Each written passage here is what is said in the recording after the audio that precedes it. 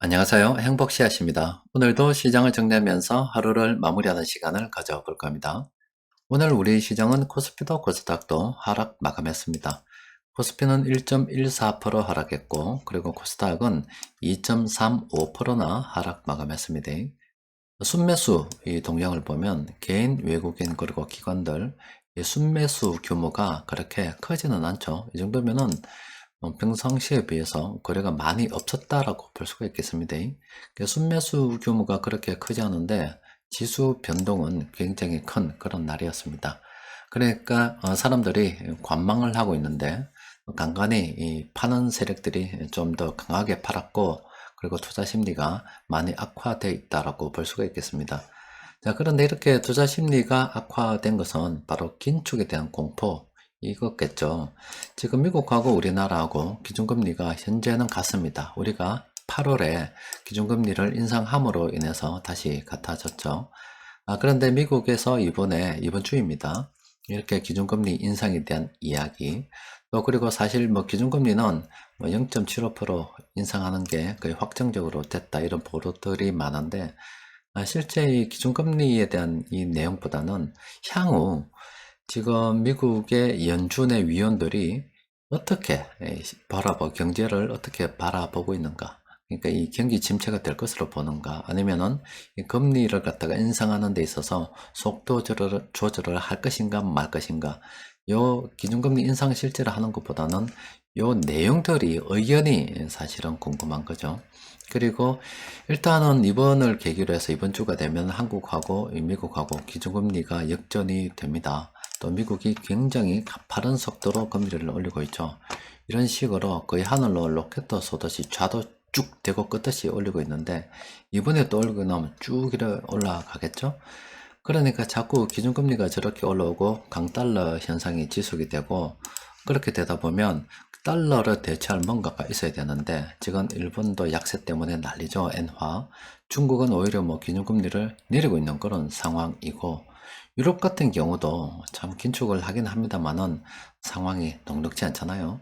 그렇게 되다 보니 달러에 대응할 만한 이 돈들이 없어요. 그러니까 사람들이 자꾸 달러에만 집중을 하는데, 그렇게 되다 보니 지금 다시 1393원대로 달러가 이렇게 됐습니다. 환율이 1400원을 넘기지 않으려고 지금 우리나라 외환당국에서는 난립니다.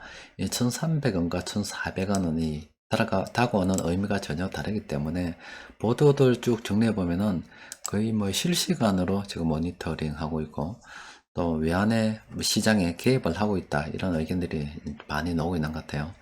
그래서 지금 여러 가지 상황들이 지금 녹록하지 않고, 또 그런 상황들을 갖다가 우리가 뭐 주도적으로 나서서 해결할 만한 그런 상황이 아니니까 참 여러모로 참 답답한 상황이 지속이 되고 있습니다. 현재 우리가 국내에서 마땅하게 돌파할 어떤 이슈가 없기 때문에 외국인들의 투자 방향에 대해서 늘 주시할 수밖에 없고, 또 외국인들의 그런 뭐 투자 방향은 미국의 기준금리 결정과 또 향후 경기 전망 이런 데 영향을 받기 때문에 우리는 계속 이 연준의 움직임에 대해서 관심을 가져야 되고, 또 국내에서는 그 외환 시장, 또 그리고 외환 보유고, 또 이래 금리 이런 데 우리가 관심을 좀 가져봐야 됩니다.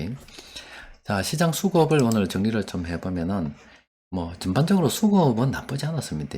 수급은 나쁘지 않았는데, 그렇죠. 금융투자 쪽에서도 이렇게 매수를 했잖아요. 근데 거래 규모가 많지 않았고, 투자 심리가 좋지 않다 보니까 내리 찍는 쪽, 체결 강도가 좋지 않았다. 호가를 갖다가 좀 낮춰 부르는 쪽이 좀 더 강했다라고 볼 수가 있습니다. 어쨌든 수급으로 봐서는 이렇게 많은 이 종목들, 세력들이 매수를 했고, 그 중에서도 우리는 음식료 업종, 최근에 바닥권으로 싸다고 분석이 되기 때문에 관심을 좀 가져봐야 되겠죠. 오늘 세력들이 그래도 이렇게 매수한 종목이 몇 개 있어요. 7개 종목인데 몇 개 안 되니까 살펴보도록 합시다. ISC라는 이 종목은 굉장히 지금 강하게 나가고 있는데, 현 시점에서는 접근하기 곤란한 그런 상황입니다. 이 종목 어설프게 들어가면 물립니다.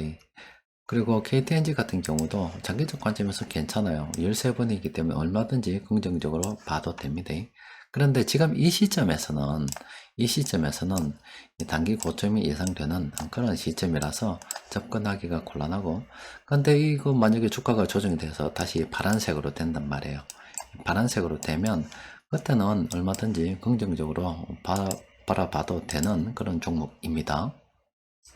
자, 계속해서 만도를 보면 만도도 현 시점에서 접근하기가 좀 곤란한 그런 상황이고, 세아제강 지수 같은 경우도 지금은 접근하면 물리는 구간입니다. 접근하기 용이하지 않습니다.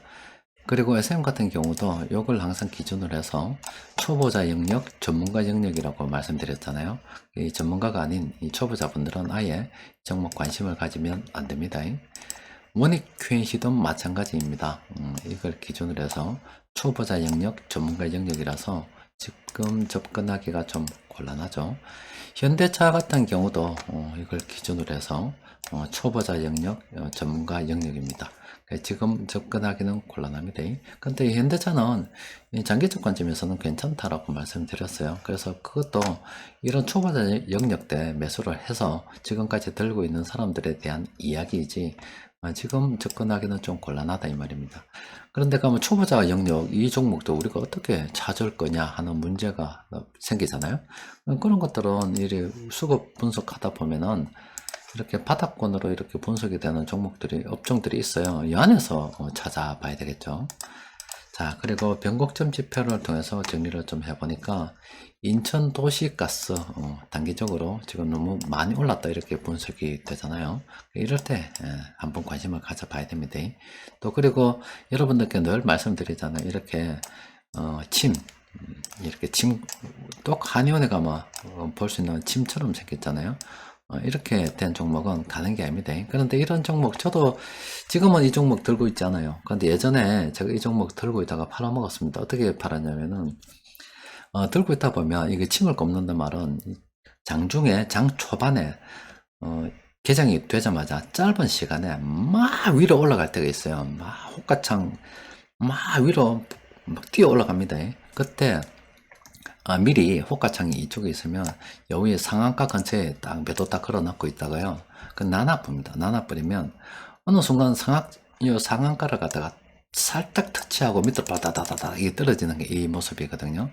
그러니까 장중에 딱 팔아먹을 수 있죠. 그러니까 테마주 여러분들 급등할 때는 장중에 장 초반에 막 튀어 올라가면은 기타 매수라고 해서 호가창 저 위에 현재 이게 호가창 거래되는 가격대 말고 저 위에 상한가 근처에다가 턱 걸어놔면 돼요.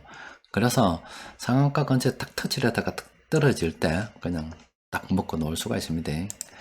요런 것들은 굳이 들어가려고 하면 지금 현 시점도 아니고 이럴 때 들어가야 되고, 팔아먹을 때도 그냥 아무 때나 해서 막 팔아먹는 게 아니라 가만히 있다 보면 막 튈 때가 있는데 그때 상한가에 딱 미리 딱 선점해서 자리 딱 기다리고 있다가 터치하고 빠져나갈 때 여유롭게 묶고 나오는 겁니다. 현대코퍼레이션 같은 경우도 뭐 지금 단기적으로 너무 많이 올라서 조심해야 된다 이렇게 분석이 되고 있어요. 그 외 나머지 요 종목들 있잖아요. 요거는 우리가 관심을 좀 가져볼 만합니다.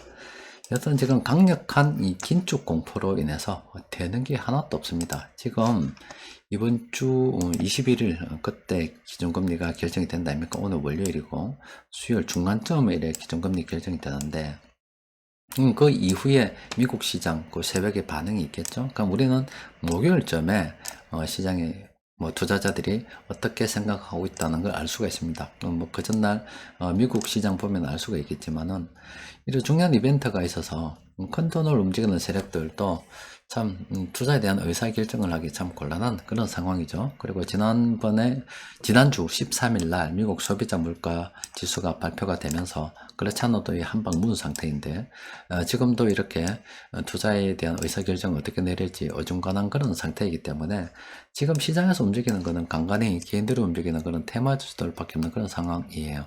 이럴 때는 좀 관망하는 게 좋겠고, 그리고 늘 말씀드리다시피 지금 우리가 돈 벌어서 당장이 차익 실현해 가지고 뭔가 할 게 아니라 그러면은 좀 멀리 보고 투자를 한다 그러면은 그냥 형편되는 대로 계속 물량을 모아가는 게 좋아요. 그리고 우리 외국인들이 우리나라 시장에서 한 40% 정도 비중을 가지고 있었거든요. 근데 그 비중이 쭉 점점 그 코로나 사태 때 이후로 빠져가지고요. 지금 한 30%대 딱 찰랑찰랑 걸려가지고 있습니다. 뭐 좀 더 판다 그러면은 뭐 30%가 깨지겠죠. 그럼 외국인들 이 수급으로 봐서 우리나라 시장 수급으로 봐서 이 시장 전체라 그러면은 이 외국인들이 지금 빠져나가고 있다는 거잖아요. 근데 지금 연기금도 지금 조금씩 줄이고 있는 그런 상태이죠. 근데 여기 새로 들어올 자금이 다음 달부터 이 퇴직연금이 앞으로 점점 더 늘어나겠죠. 연기금의 빈자리를 퇴직연금이 계속 채워갈 거고, 또 나갔던 외국인들이 여러 가지 상황이 정리가 되면 다시 들어오게 되겠죠.